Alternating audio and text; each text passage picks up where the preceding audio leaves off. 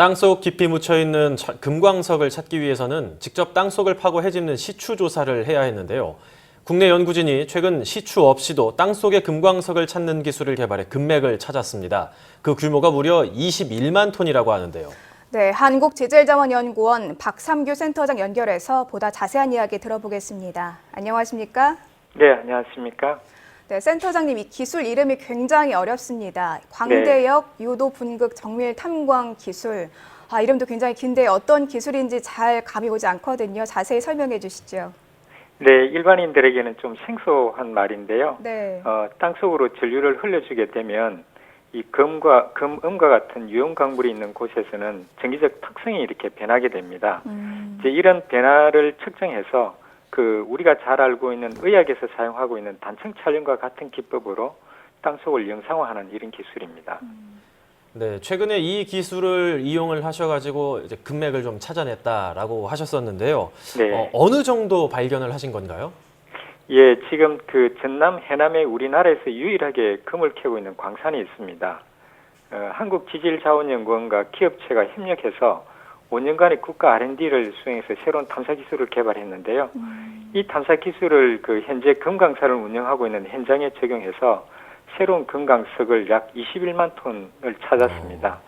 이 국가 R&D를 수행하는 자원 탐사 기술을 개발하고 이를 현장에 적용해서 광물 자원을 확보했다는데 아마 좀 큰 의미가 있을 것 같습니다. 네, 기존에는 이 금광석 탐사가 시추 조사 방식으로 진행이 됐다고 알고 있습니다. 네. 네, 그렇다면 이 방식은 어떤 문제점과 한계가 있었던 건가요?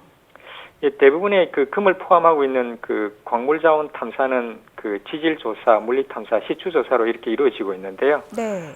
이상적인 광물 자원 탐사 과정은 물리 탐사 결과로 땅속의 유용 광물의 분포 범위를 정확하게 파악하고 이제 그 위치에서 땅속으로 구멍을 뚫어서 암석을 끄집어내는 이런 시추 조사가 실행되는 것이 일반적입니다.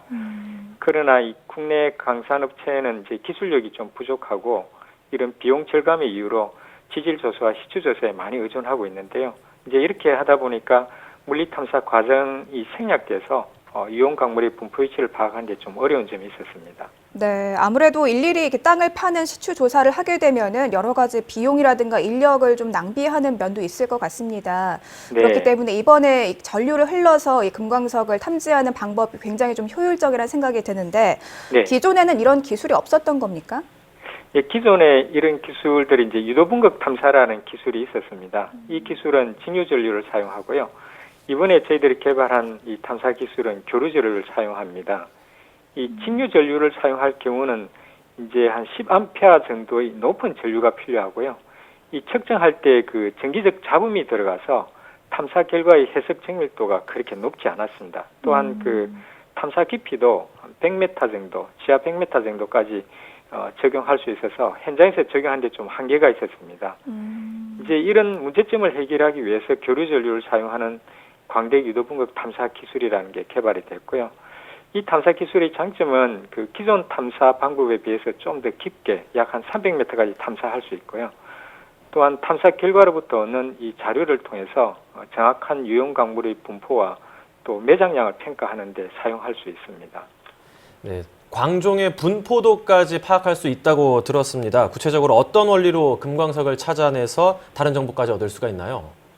예, 땅속에 유용 광물이 모여 있는 부분을 우리는 광하대라고 합니다. 이 광하대의 유용 광물의 함량이 많으면 많을수록 땅속으로 흘려준 교류 전류에서 형성되는 전이 파형이 달라지는데요. 좀 더 쉽게 말하면 마치 호수에 돌을 던지면 물길이 이렇게 퍼져 나가다가 장애물의 크기에 따라서 파동이 변하는 것처럼 그렇게 되는데요.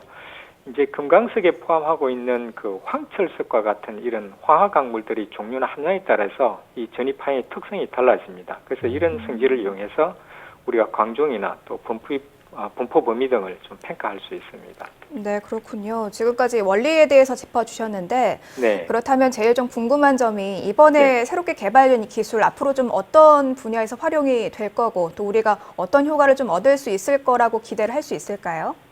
예, 이 탐사의 핵심 기술은 현장에서 얻은 자료를 해석하는 기술입니다. 네. 그동안에는 상용화된 해석 프로그램이 없어서 이 자원 탐사 분야에 활용한 사례가 거의 없는데요.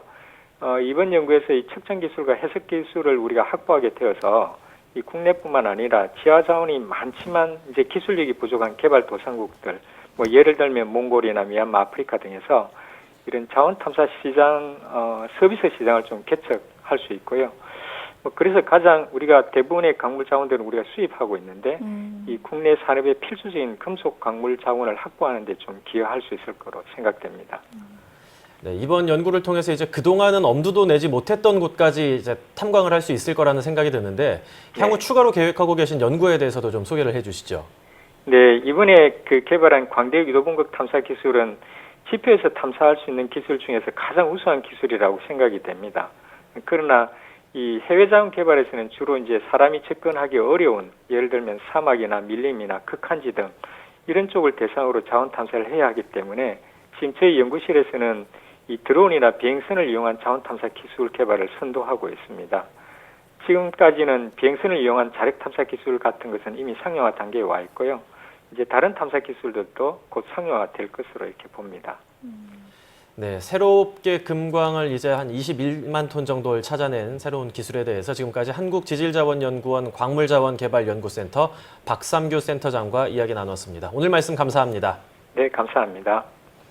네, 기존의 시추 방식이 아닌 새로운 전류를 흘려보내는 방식이라는 게 굉장히 좀 탐사 비용을 줄일 수 있는 것도 좋지만 또 새로운 시장을 창출할 수 있다는 것도 정말 귀가 확 뜨이는 소식이 아니었나 싶습니다. 이번 기술을 통해서 우리 산업의 경쟁력이 한층 더 성장할 수 있는 그런 기회가 됐으면 합니다. 네, 또 기존 기술로는 무리하게 이제 시추 작업을 하다가 환경이 훼손되는 경우도 많았을 텐데 정확도를 높인 이번 기술을 통해서 환경 훼손도 좀 줄일 수 있을 거라는 기대가 듭니다.